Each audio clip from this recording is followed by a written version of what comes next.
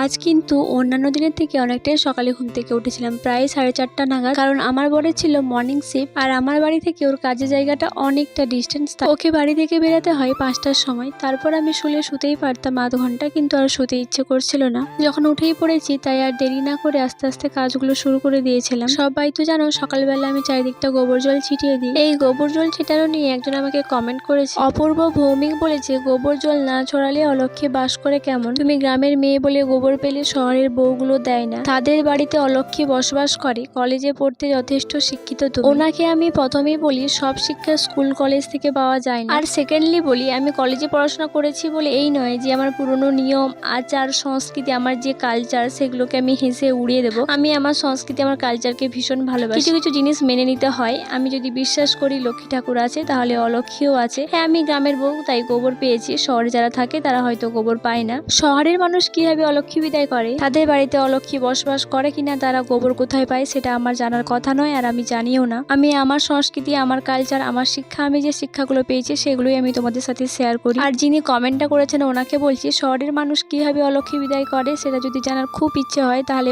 ওনাদেরকে গিয়ে জিজ্ঞেস করুন। আমার কমেন্ট বক্সে এসে মেলা ফ্যাচ করবেন না, এটুকুই বলার ছিল ওনাকে। প্রথমেই খারাপ কমেন্ট পড়ে শুরু করলাম, এবার কিছু আমার ভালোবাসার মানুষের কমেন্ট পড়বো। প্রথমটা খারাপ হবে হোক, কিন্তু শেষ ভালো যার সব ভালো তার। চলো এবার কিছু সুন্দর সুন্দর কমেন্ট পড়া যাক। সোমা মাহাতো বলেছে, দিদিভাই যেদিন থেকে তোমার ভিডিও দেখছি অনেক কিছু জানতে পারছি, শিখতে পারছি। ভালোবাসা নিও, এভাবেই তোমার ভিডিও দেখে শিখতে চাই, জানতে চাই, কাজকর্মের ব্যাপারে ভালোবাসা নিও দিদিভাই। থ্যাংক ইউ গো। আর তোমরা যে আমার কাজগুলোকে এতটা ভালোবাসা দিচ্ছ সেটা আমার কাছে অনেকটা পাওয়া। আর সত্যি বলতে কি আমি খুব বেশি কাজ পারি না, যতটুকু পারি সেটাই তোমাদের সাথে শেয়ার করি। বাপি দেব লিখেছে, দিদি তোমাকে আমি প্রথম দেখলাম, ভিডিওটা অনেক ভালো লাগলো, আমি বাংলাদেশ থেকে দেখছি। Thank you so much. Bangladesh থেকে কিছু মানুষ আমার ভিডিও দেখে এবং কমেন্টও করেছে, কিন্তু তাদের নামগুলো নেওয়া সম্ভব হলো না। নেক্সট ভিডিওতে অবশ্যই নেব তাদের নাম। প্রীতি রয় বলেছে, প্রথম দেখছি তোমার ভিডিও দিদি, অনেক ভালোবাসা রইলো। Thank you. টুম্পা মন্ডল বলেছে, প্রথম তোমার ভিডিও দেখলাম দিদি ভাই, আমার বাড়ি মুর্শিদাবাদ, নামটা একবার নিও। অনেক অনেক ভালো লাগলো তোমার ভিডিও দেখে, সত্যি তুমি খুব কিউট দেখতে। Thank you go.